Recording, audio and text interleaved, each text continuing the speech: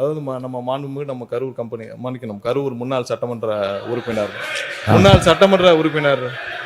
திரு சட்டமன்ற உறுப்பினர், கோயம்புத்தூர் சட்டமன்ற உறுப்பினர், கரூர் சட்டமன்ற உறுப்பினர் நினைச்சேன், கோயம்புத்தூர் சட்டமன்ற உறுப்பினர்.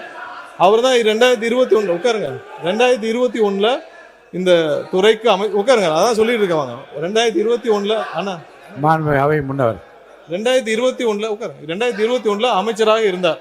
அதான் நான் தான் திருத்திக்கிறேன்னு சொல்றேன்ல, அமைச்சராக இருந்தார். இல்ல எல்லாத்துக்கும் எதிர்கட்சி தலைவர் சொன்னதை நீக்கிட்டீங்களா? அவர் சொன்னதை நீக்கிட்டீங்களா தலைவரே?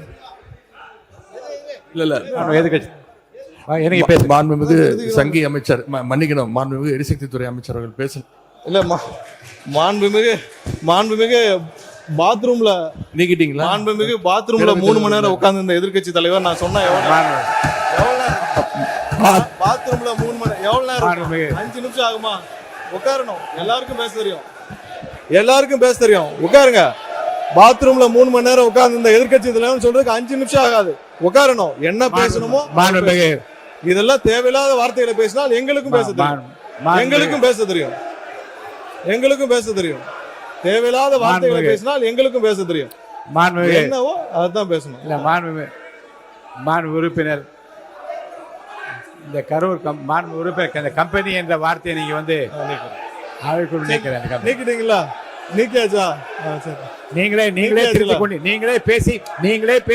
திருத்திக் கொண்டீர்கள். இருந்தாலும் அது அவைக்குள் அந்த வார்த்தை நீக்கப்படுகிறது.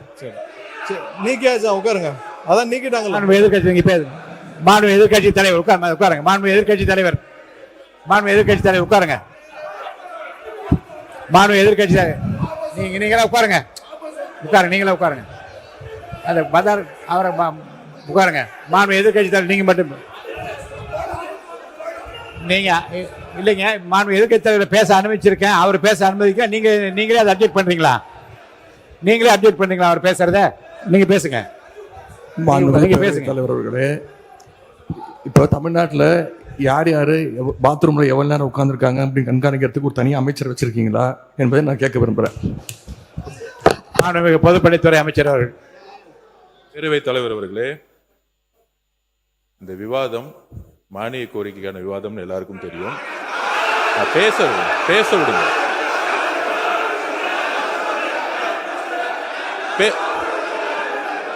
நான் எதுவுமே தப்பா சொல்லல, பேச விடுங்க.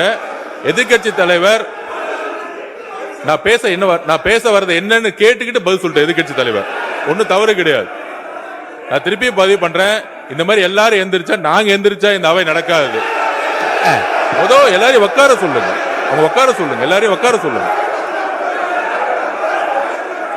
உட்காருங்க. மாண்புமிகு எதிர்கட்சி தலைவர் மட்டும் பேசுங்க. உட்காருங்க. மற்றவங்க எல்லாம் உட்காருங்க. அவர் பேசப்பறம் நீங்க பதில் சொல்லுங்க. மாண்புமிகு எதிர்கட்சி தலைவர் பேசுவாங்க, அதுக்கு மாண்புமிகு பொதுப்பணித்துறை பதில் சொல்லுவார். உட்காருங்க. எல்லாம் மீதி பேர்லாம் உட்காருங்க. பேரவைத் தலைவர் அவர்களே, நீங்க பேசுங்க.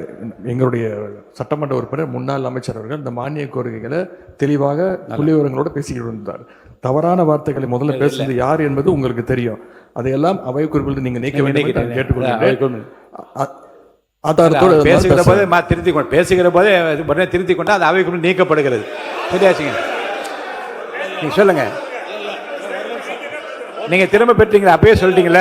அவரே சொல்றாரு திரும்ப பெற்றேன்னு சொல்றாரு. அப்புறம் என்ன இதுக்கு மேல என்ன வேணும்? அவரே திரும்ப பெற்றதா சொல்றாருங்க. அவரே சொல்றாரு திரும்ப பெற்றேன்னு சொல்றாரு. அப்புறம் விடுங்க. அதுக்கப்புறம் 2021 காலகட்டங்கள் அமைச்சராக இருந்தார். அவரே சொல்றாரு திரும்ப பெறல என்ன அர்த்தம்? பெற்றாச்சு. அடுத்தது பேசுங்க. அந்த 2021 காலகட்டங்கள்ல அமைச்சராக இருந்தார். அதற்கப்புறம் இருங்க, உட்காருங்க. உறுப்பினர் சீனிவாசன், உங்களுக்கு தனியா ஒரு அவை நடத்தணும்னு நினைக்கிறேன். தயவுசெய்து நீங்க குறுக்க பேசாதீங்க. பின்னர் 2021 பின்னர் அதுக்கப்புறம் அவர் சிறை செல்கிறார். அதுக்கப்புறம் இன்னொரு அமைச்சர் வருகிறார் இந்த துறையில. இல்ல நான் இந்த துறையில நல்ல விளக்கமா சொல்லுங்க. அப்புறம் அண்ணன் அவர்கள் அமைச்சராக இருக்கிறார். அதற்கப்புறம் மறுபடியும் இன்னொரு அமைச்சர் திரும்பவும் அமைச்சராகிறார். ஏன்னா இந்த துறையில 4 அமைச்சர்கள் போன 5 வருஷத்துல இந்த துறையில 4 அமைச்சர்கள் மாற்றப்படுகிறார்கள். கடைசியாக திரு சிவசங்கரன் அண்ணன் சிவசங்கரன் அவர்கள் அமைச்சராக இருக்கிறார். இந்த மாதிரி இந்த துறைக்கு 4 அமைச்சர்கள் மாற்றப்படுகிறார்.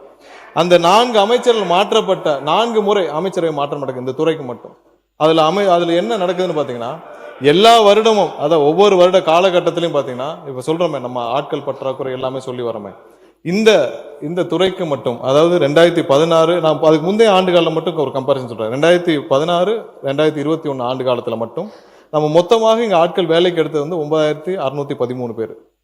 அதே இதில் இந்த 2021, 26 காலகட்டத்தில் வந்து 343 பேர் மட்டும்தான் வேலைக்கு ஆளுகிறதுக்கு எடுக்கப்பட்டது இந்த துறைக்கு.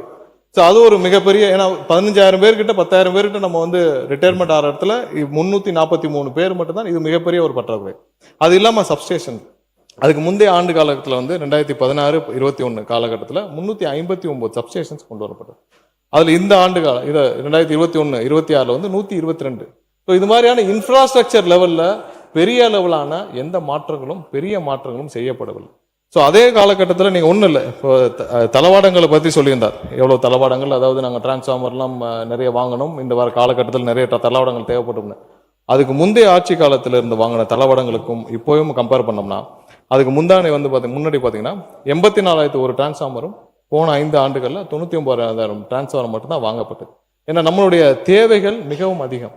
நமக்கு இப்போ மட்டும் பார்த்தீங்கன்னா இந்த துறைக்கு சுமார் 593 சப்ஸ்டேஷன்ஸ் நமக்கு உடனடியாக தேவைப்படுது. அதாவது இன்னைக்கு இருக்கிற பவரோடைய மேனேஜ்மெண்ட்டுக்கு தமிழ்நாடு முழுவதும் ஒரு 593 சப்ஸ்டேஷன் தேவைப்படுது.